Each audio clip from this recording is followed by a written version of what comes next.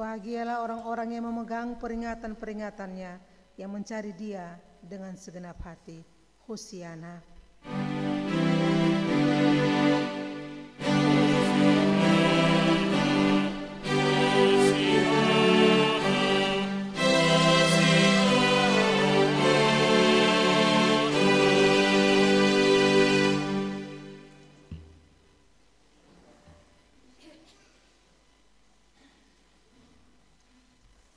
Selamat pagi dan shalom. Salam sukacita bagi kita dalam perjumpaan yang indah yang boleh kita nikmati dalam kebersamaan kita di pagi yang diberkati ini. Bapak Ibu, berdasarkan Matius 18 ayat 21 hingga ayat yang ke-35, maka tema yang diberikan oleh Majelis Sinode Gemit bagi kita adalah pengampunan memulihkan. Saya ulangi, pengampunan memulihkan relasi. Bapak Ibu saudara-saudaraku yang diberkati, firman kita pada pagi hari ini bercerita tentang soal pengampunan. Berbicara tentang soal pengampunan ini, saya teringat cerita pernah ketika kami masih melayani di kampung. Suami saya pendeta, dia dipilih sebagai ketua panitia pemilihan kepala desa di desa yang kami layani. Ketika pendaftaran mulai dibuka, ada beberapa orang yang mendaftar. Dan seleksi administrasi itu mulai dilakukan. Dan kedapatan bahwa salah satu nama bakal calon yang ada itu, ternyata dia memakai ijazah palsu. Karena dia punya ijazah itu, dia masukkan seperti ada tip X. Ada beberapa kali yang dia tip X.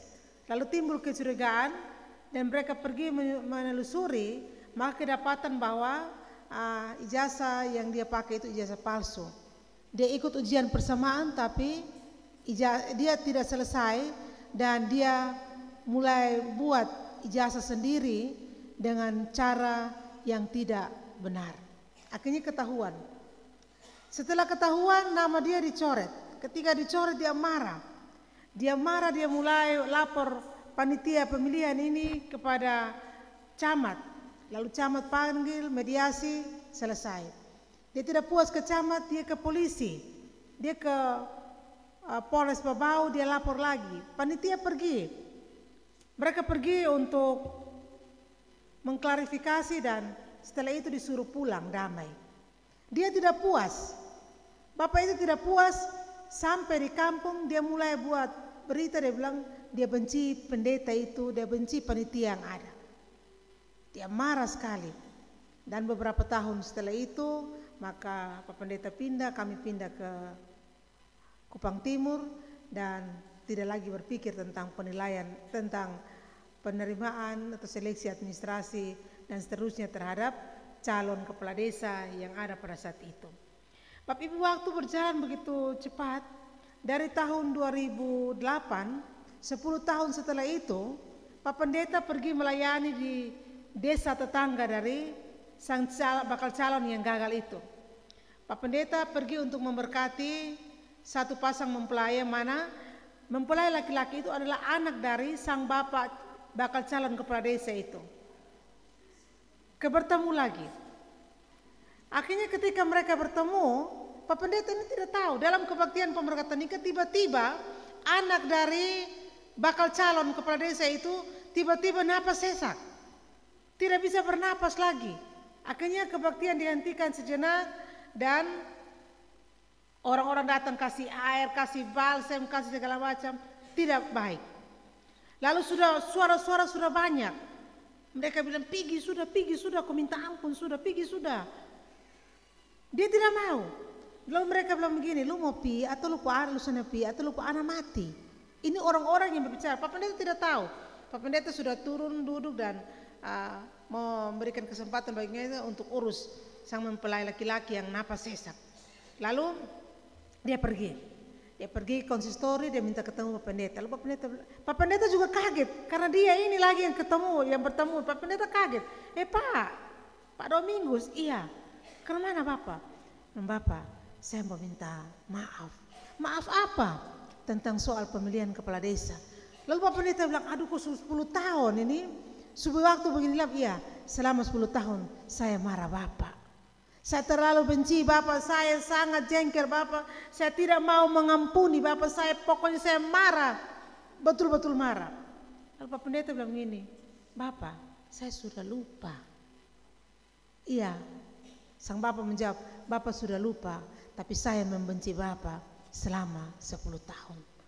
Lalu mereka mulai berbicara dari hati ke hati, dan sang Bapak itu memohon pengampunan, memohon belas kasihan, dan terjadi relasi yang dipulihkan pada saat itu.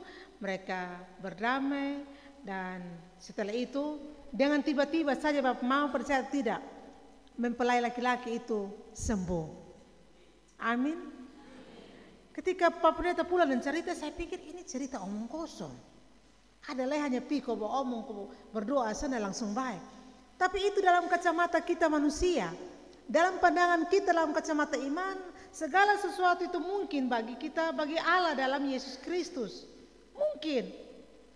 Sama mempelai laki-laki itu baik, sembuh, dan pulanglah mereka menyiarkan berita itu tentang bagaimana hidup dan memberi diri diampuni oleh Yesus Kristus.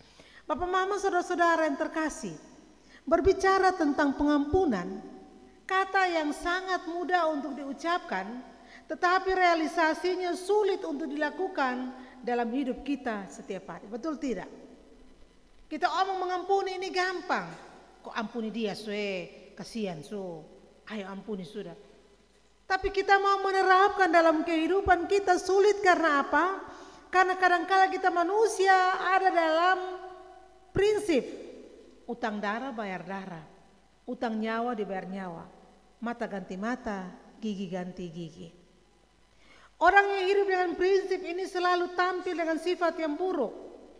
Bila disumpahi akan balas menyumpahi, bila dilukai akan balas melukai, bila dicaci maki akan balas dengan caci maki, bila digosipkan akan membalas dengan bergosip juga. Dan ada-ada saja sebagai upaya dari diri kita untuk membalas kejahatan yang orang lain berikan kepada kita.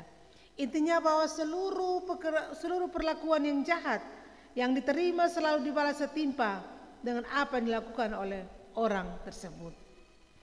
Dan itulah gambaran dunia ini, bahwa membalas dendam telah merasuki sedemikian rupa dan menjadi tujuan hidup orang-orang yang mengalami perlakuan yang tidak menyenangkan. Dan dalam dunia modern yang selalu ramai ini, Yesus mengajarkan tentang betapa pentingnya hidup orang Kristen dalam pengampunan. Dalam percakapan antara Yesus bersama dengan Petrus, Petrus bertanya, Tuhan, sampai berapa kali aku harus mengampuni saudaraku? 7 kali kok? Lalu Tuhan Yesus berkata, bukan sampai 7 kali, melainkan sampai 70 kali 7 kali. Pada masa itu para rabi mengajarkan batas pengampunan yang diberikan. Bagi para rabi mereka mengajar 3 kali. 3 kali mereka harus memberikan pengampunan. Batas pengampunan baik yang diajarkan para rabi Yahudi maupun yang diungkapkan oleh Simon Petrus tentu sulit dipenuhi dalam dunia modern ini. Mana ada orang jahat yang sampai 3 kali 7 kali mengampuni sesama yang berlaku salah atau jahat. Terhadap anak, istri atau suami atau orang tua kandung saja sulit, apalagi terhadap orang lain. Nah, di sini Yesus memberi suatu standar hidup orang Kristen sebagai anak-anak Allah, bahwa pengampunan itu tanpa batas, mengasihi dan mengampuni tanpa batas. Bila para rabi Yahudi memakai batas toleransi dalam mengampuni, maka Yesus tidaklah demikian. Dia katakan 70 kali 7 kali. Mengampuni sesama yang berbuat salah atau jahat pada diri kita seturut dengan kehendak Yesus tidak mengenal batas waktu. Model pengampunan sebagaimana yang Yesus kehendaki bertolak dengan diri Yesus sendiri. Karena Yesus adalah Tuhan yang mengasihi dan mengampuni tanpa batas. Dan pengampunan tanpa batas itu juga diungkapkan Yesus melalui perumpamaan 2 orang hamba yang berutang. Ada 2 orang mereka yang berhutang, yang satu itu 10.000 talenta, yang satu 100 dinar. Yang terima pengampunan 10.000 talenta ini dia setelah dia mendapatkan pengampunan dia keluar, dia ketemu orang yang berhutang kepadanya hanya 10 dinar lebih kecil dari apa yang telah dia dapatkan dari pengampunan yang ada. Dia marah, dia keluar, dia cekik ini hamba yang berutang 10 dinar. Dan setelah itu raja ketika mendengar, maka raja memanggil Algojo untuk menjebloskannya ke dalam penjara karena dia telah terima pengampunan, tapi dia tidak mengampuni orang yang masih berhutang kepadanya. Kasih dan pengampunan yang sudah diperoleh mestinya menjadi dasar yang kokoh untuk mengampuni saudara sendiri. Yesus memakai perumpamaan ini untuk menolong kita memahami identitas kita sebagai anak-anak Allah. Bahwa sebagai anak-anak Allah kita harus hidup dalam pengampunan yang Dia berikan. Kita sadar bahwa Allah sudah terlebih dahulu mengasihani kita. Allah berbelas kasihan dalam Yesus Kristus mengasihi dan mengampuni kita. Dan kasih serta pengampunan itu tidak habis, tidak dibayar oleh berapa besar uang yang kita miliki. Tapi kasih dan pengampunannya dibayar dengan darahnya di atas bukit Golgota. Tidak ada gunanya bagi kita untuk menyimpan rasa benci dan dendam dalam hati kita. Menyimpan rasa benci dan dendam, sakit hati dalam diri kita sebenarnya hanya akan merugikan diri kita. Bapak Ibu, kita bisa bayangkan kalau kita hidup membenci orang lain tanpa ada pengampunan, kira-kira kita hidup seperti apa? Kotong hanya marah-marah, ini orang sana ada juga kotong marah. Lihat dia pembayangan sah kotong seputar muka. Dengar dia pun nama sah kotong semua muntah. Bisakah kalau itu terjadi setiap hari, kira-kira kita seperti apa? Kita hanya menyimpan bara dalam diri kita, menyimpan kejengkelan tanpa ada mau mengampuni, itu hanya akan merugikan diri kita sendiri. Kalau kita tidak mau mengampuni, kita akan sakit. Sakit apa? Sakit hati. Kita akan tidak bisa tidur nyenyak. Kalau kita jengkel ini malah mau tidur hanya itu orang pemuka di kotong diri ini. Kotong hanya pikir dia, padahal orang ada tidur nyenyak. Yang kita benci itu ada tidur nyenyak, tapi kita boleh jengkel setengah mati. Kita boleh marah setengah mati. Sampai lubang kubur, betul akan babai dulu juga. Apakah seperti itu? Kita membenci orang lain yang melakukan kesalahan. Orang sudah minta ampun, minta maaf juga. Mana kau mau kasih maaf? Ini hari kau mau ngomong tuh, lu tuan dia, besok suka lu pemuka, lu pisana, jauh-jauh. Kesalahan yang lu buat terlalu besar dalam diri beta. Beta sudah akan mengampuni, beta tidak akan memaafkan. Nah, Bapak Ibu saudara-saudara yang terkasih, menyimpan rasa dendam, sakit hati itu akan merugikan diri kita sendiri. Kita akan sakit. Kita akan pikiran, kita akan kehilangan banyak hal dalam diri kita bila mana pengampunan itu tidak kita lakukan. Tapi bila kita mau mengampuni orang lain, maka Bapa di sorga akan mengampuni kita. Kita ingat bahwa kita adalah orang berdosa. Orang yang melakukan kesalahan harus kita ampuni. Karena apa? Karena Yesus telah lebih dahulu mengampuni kita. Kita belajar dari kebenaran firman Tuhan ini untuk kita tidak membalas kesalahan dengan kesalahan yang ada. Kita ingat firman bilang apa? Pembalasan itu adalah hak Tuhan, bukan hak kita. Tugas kita adalah memohon pengampunan. Tugas kita adalah mengampuni. Karena apa? Yesus telah lebih dahulu mengampuni dosa-dosa kita. Dia sudah mengampuni dosa kita, sehingga kita juga diberikan kesempatan untuk kita mengampuni orang lain. Harus itu. Kita harus belajar mengampuni orang yang berlaku salah pada kita. Ketika orang sudah salah, ketika orang sudah datang mohon pengampunan, tugas kita adalah mau mengampuni. Kasihan Yesus salah. Mari kita berdoa, kita minta ampun Tuhan, supaya semuanya boleh berjalan baik, ada sukacita, ada damai dalam hidup kita. Oleh karena itu Bapak Mama, jika masih ada di antara kita yang belum mengampuni sesama, maka mari kita belajar dari firman Tuhan. Kita belajar mengampuni. Ampunilah kesalahan orang lain seperti dirimu sendiri. Kalau kita tidak mau mengampuni dosa orang lain, jangan pernah berharap Dia akan mengampuni kita. Karena apa? Dia telah lebih dahulu mengampuni kita. Oleh karena itu, Bapak Mama, saudara-saudaraku yang terkasih, mari kita mengampuni orang yang bersalah kepada kita. Karena dengan demikian kita akan diampuni dari seluruh pelanggaran kita. Menutup ibadah ini saya ajak kita melakukan mengampuni lebih sungguh. Bisa kau?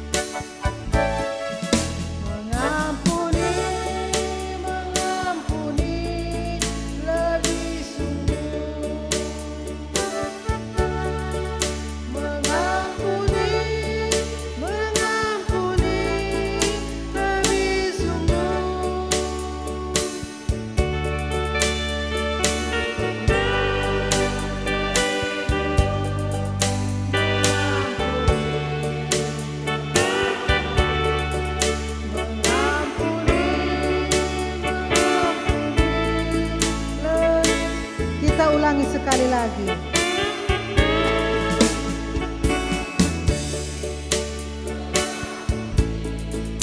Lebih sungguh.